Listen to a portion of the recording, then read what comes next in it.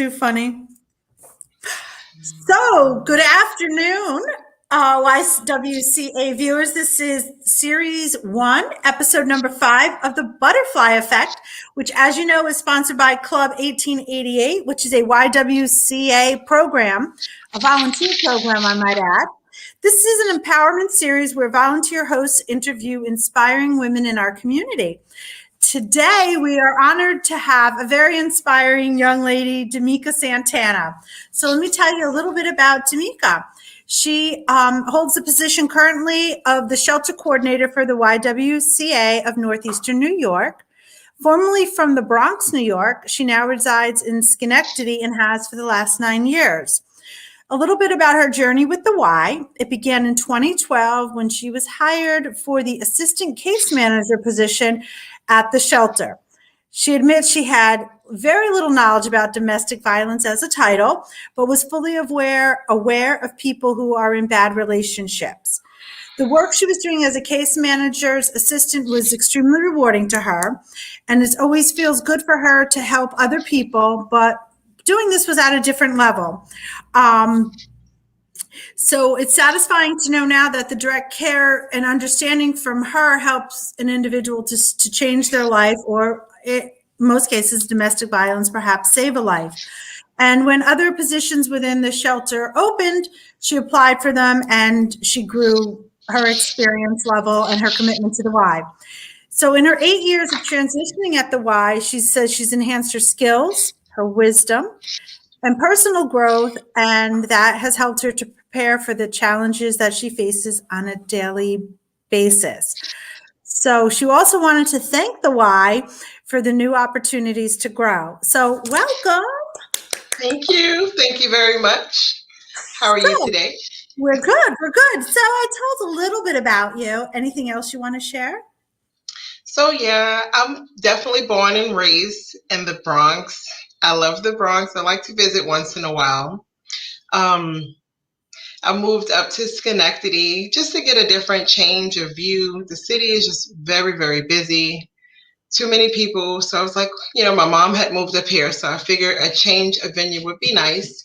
And I wanted to, in the past, I worked with the school district in New York City, so I figured I would try it here. And it just really wasn't what I wanted to do, because I guess ultimately people do become teachers, and I didn't see myself doing that. So my mom worked for the YWCA for a number of years, and she encouraged me to try to apply, and I did. So it was a good change, and here I am. Here you are. It's funny how a lot of us are transplants here to the Capital District. Yes. There's just as many transplants. There are snowplow. Snowplow. It's happening in Schenectady right now. I'm sitting here watching State Street get doused in it. So when you were younger, who or what inspired you?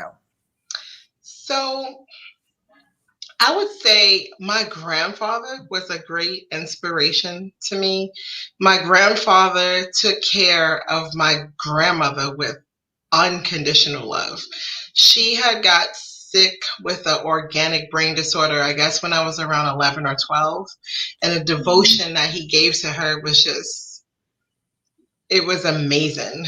I didn't understand it then, but as I got older, I realized, wow, that's really rare for someone to give all of themselves to someone else. So that was definitely inspiring for me.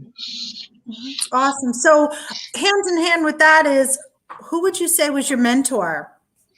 So my mentor would be, I would say, a few random cousins of mine that were definitely slightly older and doing different things with their lives, and, getting knocked down, but getting back up again and just trying over and just doing things different with their lives. Oh, those are great things to see. And, learning from somebody else's mistake is much easier than our own, right? Yes. So we talked a little bit about how you came to the job you are at now. You moved up, your mom worked for the Y, and you said, hey, why not? But how did you go from being the case worker assistant and the different jobs that you've had and what you liked about them, and tell us a little bit more about that path and your progression. So from the time that I started as a case manager assistant, I learned a lot of different things within the shelter atmosphere as far as the clients and the different needs. And with my background from education in the city for at least 7 years, I was a paraprofessional. It worked completely hand in hand with some of the positions that became available as I was here. So I had applied for the children's case manager position after being a case manager assistant for a little while. And it was fun because I got to take kids to places, a lot of things they, weren't exposed to, which was really enlightening to see kids experiencing things for the first time. And from there, I wanted to, branch out and do a little bit more. So as another position opened up, I applied for that and was able to secure that position as well, to assist with helping our clients with social services and completing the packets and, making sure they had services in place for what they needed. And when our coordinator moved on, I applied for the position as well and eventually was hired as the coordinator here. Awesome. Again. So I guess maybe you could give us a little bit of a peek into what actually goes on during the day. I mean, I know we can't talk about location or women or families in, specifics, but in general senses, like what is it that you do? What is it that you would want someone to know about what goes on that we don't really get a chance to see behind the curtain? So like a lot of people have reserved feelings, especially for our domestic violence victims or survivors going through certain situations, may feel afraid to come into a shelter because they're not, sure as to what lies ahead. So we only can hold 20 people at a time, and that includes children as well. We try to assist people with moving on or assisting with managing what they have going on. Sometimes people just need a break from their circumstances and they're not sure if that's, leaving is what they want to do at this time. So coming into shelter gives the opportunity to have a clear thought and, see what you want to do and moving forward with your life. You have the opportunity to relocate to a whole nother state if you wanted to. Nothing comes easy. Everything you do want, you have to work hard for. There are challenges with anything that we do in life. So there will be challenges, but there are more obstacles that you can just knock down and, you'll have more notches under your belt to succeed further. So we try to assist here with rehousing. We assist with counseling services, advocacy. We have our in-hub advocates at CPS, the police station. My phone is detecting phone stuff here. It happens. So we are our own hub of assistance before we can before we reach out into the community. So we try to work with them, but it's just a complete blessing that the community is what it is, and there are so many support services in addition to the YWCA support services. But again, so we do provide food for the folks that are here in shelter. We also have within shelter a children's case manager who helps with guiding clients to school resources as well as activities and games, in-house movies, just to lighten the load and, re-engage the parents and their kids for some things that may have been lost along the way. That's awesome. We try to have groups here in shelter. Sometimes it's not the best timing. We try to work around time, but with everybody doing something different, whether they're going to work or they're going to whatever appointments they may have, it kind of conflicts. So we just try to keep people involved and keep people upbeat in their spirits while they are in the process of transitioning. That's great. That's great. So let me ask you a question. What do you think, in your estimation, how does your identity as a woman play a role in your industry? Well, we as women, we have fought long battles to get where we are, and to just as far for me, working here has a lot of different views, and I'll just say, hearing people call the domestic violence shelter the battered woman's shelter, it kind of just it's not that anymore, because it's not just women who are battered. So it's individuals who are battered. And we as women are not just victims of circumstance. We're here, we have a voice just like anybody else. We're all individuals. We come in shades and sizes and all different wonderful things, and we make differences every day.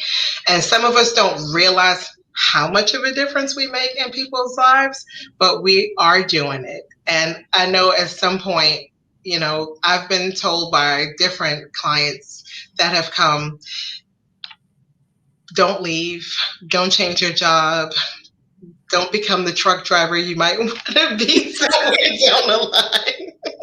We've all got that retirement job, right? Because you definitely have, you know, made an impact in my life. So that is so rewarding. And that is something as a case manager assistant was told to me then, and I was like, wow, that was really powerful. What did I do though? So I was like, okay. That's awesome. And I think people just, you know, like some folks just genuinely care about them.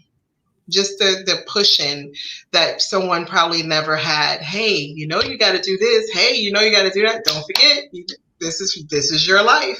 You need to get these things done for yourself. Well, that's awesome. So we're women of a certain age now, Demekia. Yes. But what advice, knowing what you know now, would you have given your 21-year-old self? I know. You cannot please everyone. You can only help you be the best you can be. And everybody will have an opinion and everyone will judge, but you are your own individual at the end of the day, and the decisions you make are your own. Period. Move on, right? That's great advice. That's great advice. So what would you like other women to know? And it doesn't necessarily need to revolve around, you know, the why or your position there or what you do, but just kind of like in general, what advice would you just throw out there? Not that saying what you didn't just throw out was awesome, but what other advice would you want them to? There's always more. Fairy tales, you know, when we're younger, I think we strive for perfection. But what is perfection? Like what does that look like for real? Because there are so many things that get thrown at an individual trying to make it in life. It's like, needed this perfection. I needed this to be like this, but ultimately that plan it doesn't kind of happen perfectly. So right. It's okay. It's okay to, you know, have bumps and, you know, slight imperfections, because they will exist, but that's okay. Awesome. Awesome. So here's just like a little silly question to throw out there. It doesn't need to be an interview question, but what question has no one ever asked you before? And what would your answer or response be? No one's ever asked me this question before. So this is the challenge one. And what would your answer be? Damn, I don't know.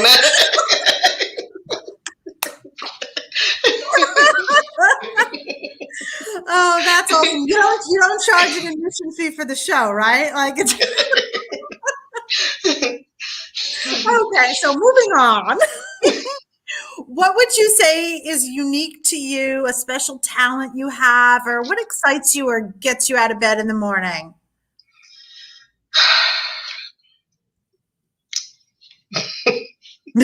Normally I have to hurry and get to the bathroom, so Yeah. that's one. But little things excite me. You know, just small things. It's like at Christmas time, it's like, what do you want? And I'm like, nothing. I'm okay. Just small things, just being able to say, oh, wow, I do have some extra pink paper. That's so That's awesome. just small things, Yeah. small critiques, teamwork, definitely, just the little things, some things that are missed, a conversation here and there. Awesome. So what's the best advice you've ever received? So that would be, don't give up, take a break, clear your thoughts, and get back to it. Very good. Very good. So we still have a few more minutes. So let's just talk about your job again and all the important work that the Y does. What would your advice or I don't know, a comment would be to someone who's not sure if they need the domestic violence programs at the Y? We know it's just not women. It's men and women. There's same partner. There's women who abuse men. I mean, there's a whole gamut of things there, and it's all about personal relationships and such. So, what would your advice be? How would you handle that? I would tell someone to just call and have a conversation with someone from the hotline. Call our main building at 518-374-3394 to speak to a counselor. All of the services are free of charge, and start a conversation and see. Everybody doesn't always need shelter, but someone needs, a neutral party to speak to. Someone just to see, if the decisions that they're making are, valid. Because sometimes people do need some validation, and that's okay, but you're reaching out for help, and you won't know it unless you make a phone call. And you can always call our hotline, which is 518-374-3386. And you can always speak to someone there just to see, what are your options and what can you do. A lot of people don't want to be a burden on their family members, or they don't want their family members to know. Some people don't have family for them to know anything. So that is also another challenge for our clientele. So we do just, we can try to assist, even if it's just a conversation. That's really great advice. So before we wrap up, anything else you want to throw out there or chat about, or? Just looking forward to spring. Yeah. I think we all are. So again, I know everyone, you could see the bottom of the screen was scrolling those numbers that Demekia gave us, and there they are again. Please take her advice, reach out. No question is dumb. No, there's not a wrong question. Everybody needs help sometimes. And sometimes, like you said, just good validation. But I just want to tell you that we're happy you moved up here from the Bronx, and that you came and you are running our shelter for us. That's God's work. It really is. All day. Yes. All day. Yes. And we greatly, greatly appreciate that. So again, everybody, this is Demekia Santana. She runs our women's shelter here for the Y, and we're so excited she took time out of her day to chat with us. And we'll be back on Thursday with a new host and a new interviewee. And if you're not following us on Facebook, like the Facebook page, because there's a lot of great stuff coming out of the Y. So with that, bye and thank you. Bye. Thank you.